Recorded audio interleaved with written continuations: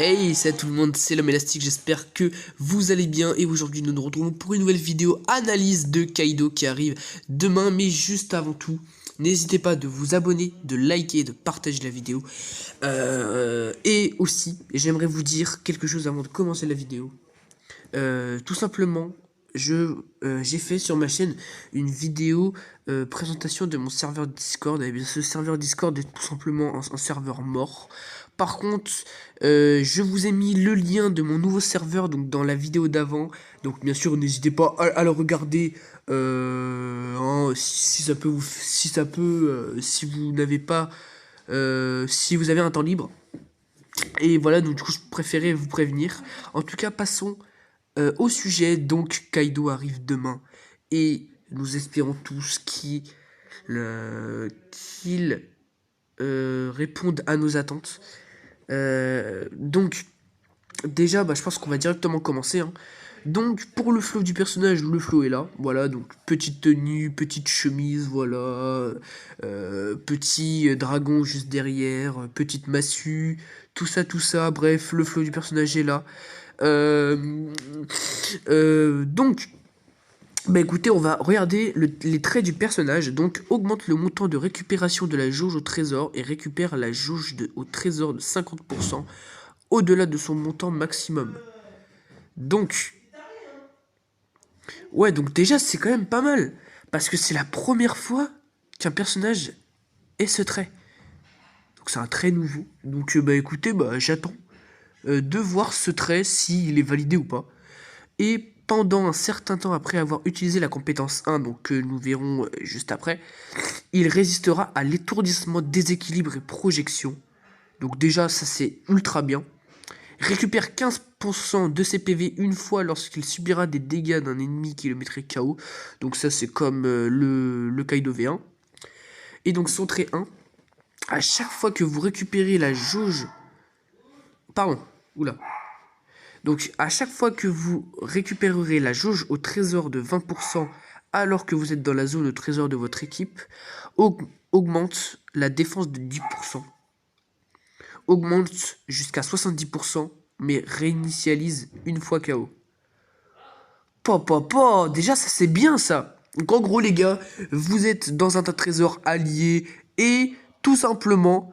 ça augmente 10% de votre défense ou carrément jusqu'à 70%. Donc du coup ça le rend ultra tanky. Et lorsque vous êtes dans la zone autour de votre trésor, augmente les dégâts infligés de 30% après avoir reçu des dégâts d'un ennemi inférieur à 10% de vos PV max. Donc du coup déjà on va commencer par le premier trait là. Lorsque vous êtes dans la zone autour de votre trésor, augmente les dégâts infligés de 30%. Donc ça c'est magique quand même. Ça veut dire que il peut être à la fois bourrin et à la fois défensif. Et ensuite, après avoir reçu des dégâts d'un ennemi inférieur à 10% de vos PV max, réduisent le temps de recharge de la compétence 1 de 5% et récupère des PV de 3%. Voilà, donc en gros, admettons il fait des dégâts minimales au-dessus de ses PV max, et ça lui, tout simplement, ça lui accélère le temps de recharge de sa compétence 1 que nous allons voir juste après, et une petite récupération de PV de 3%, donc du coup c'est quand même pas mal tout ça. Donc du coup on va se retrouver pour la compétence 1 de Kaido. Voilà, donc on se retrouve pour la compétence 1 de Kaido Borrow Breath. Donc du coup, on va voir tout ça de plus près. Commence à charger en maintenant enfoncer le bouton de compétence. Donc déjà c'est une attaque chargée. Si vous relâchez le bouton de compétence avant la fin de la charge s'annulera et vous attaquerez normalement. Ok, donc du coup ça fera une attaque normale, une attaque auto. La charge comporte 2 étapes et lorsqu'elle est terminée, vous déclencherez une attaque différente. Oui, donc en gros, ce que j'ai compris, en gros, je pense qu'il va cracher une grosse boule de flamme, je pense. Et augmente les dégâts contre le clan Kozuki. Donc admettons, Kinemon, Kamawatsu, Kikunojo, Oden, tout ça, ils vont subir des dégâts beaucoup plus importants que les autres. annule la mise à terre pendant une période de temps définie. Donc en gros, quand tu leur as fait la compétence, ça va annuler tout simplement la mise à terre. Donc du coup, ça l'empêchera de tomber. Bien sûr, un temps bien sûr défini. Hein. Cette compétence ne peut être utilisée dans certaines zones que s'ils ont des obstacles au-dessus.